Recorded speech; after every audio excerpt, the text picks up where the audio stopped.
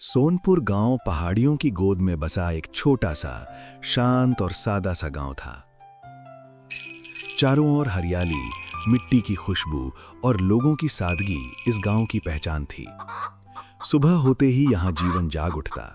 मुर्गे की बांग से दिन की शुरुआत होती, मंदिर की घंटी हवा में घुल जाती और खेतों में काम करते किसानों की आवाजें पूरे गांव में गूंजने लगती।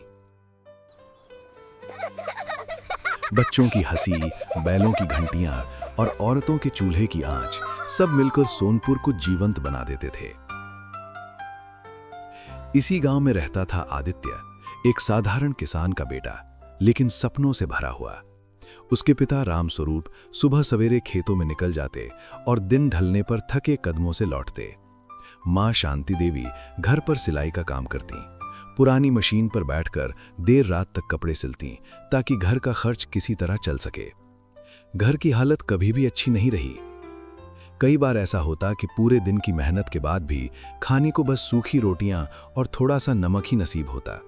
बारिश कम होती तो फसल खराब हो जाती, और अगर फसल ठीक भी होती तो कर्ज उतारने में ही सब चला जाता। लेकिन इन सब परेशानियों के बीच आदित्य की आंखों में एक अलग ही चमक थी। वो हालात को देख डरता नहीं था, बल्कि उनसे लड़ने का सपना देखता था। उसे पढ़ाई से खास लगाव था। पुरानी किताबें, फटी हुई कॉपियां और उधार की पेंसिल, यही उसकी दौलत थी। वो खेतों से लौटकर भी किताब खोल लेता। कई बार मां कहती, बेटा थोड़ा आराम कर ले, तो वो मुस्कुराकर जवाब देता, मां पढ़ लूंगा तो ही तो हालात बदलूंगा। वो अक्सर मां से कहता, मैं पढ़ लिख कर बड़ा आदमी बनूंगा, फिर आपको कभी किसी के सामने हाथ नहीं फैलाना पड़ेगा। माँ उसकी बात सुनकर आंखों में आंसू छिपाते हुए मुस्कुरा देती और उसके सिर पर हाथ फेर देती। उसी गांव में रहती थी मीरा। मीरा एक साधारण परिवार की बेटी थी, लेकिन उसके विचार असाधारण थे। उसके पिता गांव के प्राथमिक स्कूल में चपरासी थे, ईमानदार लेकिन सीमित आमदनी वाले। माँ घर संभालती थी। मीरा बचपन से ही पढ़ाई में तेज थी। किताबें उसके लिए सिर्फ पढ़ने की चीज नहीं थीं, बल्कि भविष्य के सपने थीं। उसका सपना था एक दिन अध्यापिका बनना और बच्चों की जिंदगी बदलना। आदित्य और मीरा की दोस्ती बचपन से थी। वे दोनों एक ही रास्ते से स्कूल जाते, बारिश में साथ छाते के नीचे चलते और छुट्टी के बाद साथ बैठकर होमवर्क करते। लौटते समय नदी किनारे बैठकर वे अपने सपनों की बातें करते। आदित्य अपने बड़े बनने के सपने सुनाता और मीरा अपने स्कूल के। कब ये दोस्ती प्रेम में बदल गई, उन्हें खुद भी पता नहीं चला। उनका प्रेम दिखावटी नहीं था, न बड़े बड़े वादे थे, न झूठे सपने। बस एक सच्चा भरोसा था, एक दूसरे पर और अपने भविष्य पर।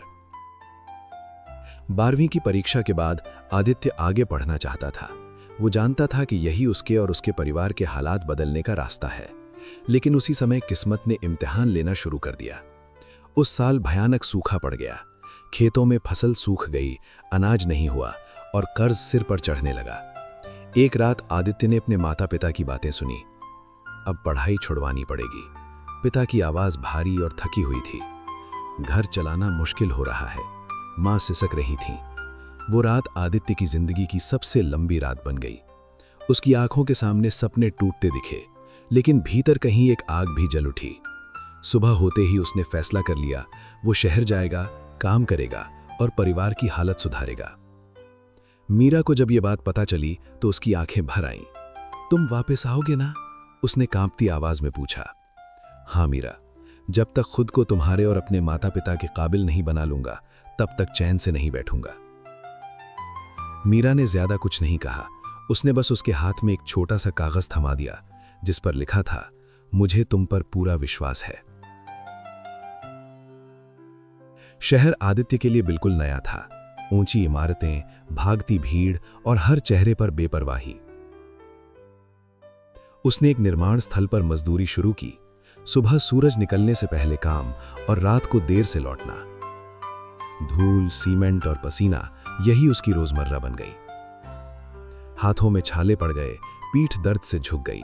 कई बार उसे लगा कि वो टूट जाएगा। मालिक की डांट, साथियों का मजाक और अकेलापन उसे भीतर तक तोड़ देता था। एक दिन वो थककर फुटपाथ पर बैठ गया। आंखों से आंसू बह निकले। तभी उसे मीरा का दिया हुआ कागज याद आया। मुझे तुम पर पूरा विश्वास है। उसने आंसू पोंछे और खुद से कहा, मैं हार नहीं मानूंगा। उस दिन के बाद उसने तय कर लिया कि वो हालात से नहीं हारेगा। दिन में मजदूरी और रात में पढ़ाई,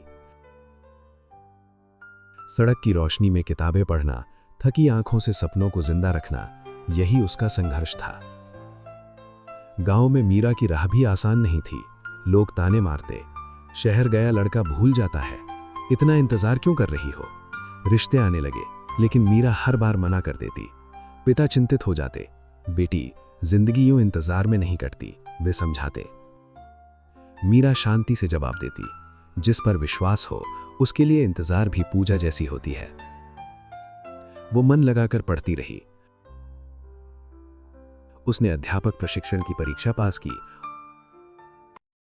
और गांव के स्कूल में पढ़ाने लगी। हर महीने वो आदित्य को पत्र लिखती, हौसला देती, विश्वास दिलाती। साल बीतते गए। आदित्य ने पढ़ाई पूरी की और प्रतियोगी परीक्षा दी। परिणाम के दिन उसकी सांसें थमी हुई थीं। जब उसने अपना नाम चयनित सूची में देखा तो उसकी आंखों से खुशी के आंसू बह निकले। उसने सबसे पहले मीरा को लिखा, तुम्हारा विश्वास आज मेरी जीत बन गया। कुछ महीनों बाद गांव में खबर फैली कि सरकार का एक अधिकारी गांव आ रहा है। पंचायत भवन में सभा रखी गई। मीरा भी वहां पहुंची। जैसे ही अधिकारी मंच पर आया, उसकी सांस थम गई। वो आदित्य था। सभा के बाद दोनों मिले। शब्द कम पड़ गए, लेकिन भावनाएं बहुत थीं। आदित्य बोला, अगर तुम मेरा साथ न देती तो मैं कभी यहां तक नहीं पहुंचता। मीरा ने आंसू भरी आंखों से कहा, अगर तुम्हारी इच्छा शक्ति न होती तो मेरा विश्वास अधूरा रह जाता। कुछ समय बाद दोनों का विवाह सादगी से हुआ। आदित्य ने गांव के विकास के लिए काम किया। स्कूल, सड़क और पानी की व्यवस्था की। मीरा बच्चों को पढ़ाने लगी। उनका जीवन ये साबित करता है, सच्चा प्रेम, अडिग विश्वास और मजबूत इच्छा शक्ति मिल जाए तो कोई भी मुश्किल बड़ी नहीं होती। सीख, प्रेम साथ होने का नहीं, विश्वास निभाने का नाम है। विश्वास तभी जीवित रहता है जब इच्छा शक्ति मजबूत हो, और जो इंसान हार नहीं मानता, वक्त एक दिन उसके सामने झुक जाता है।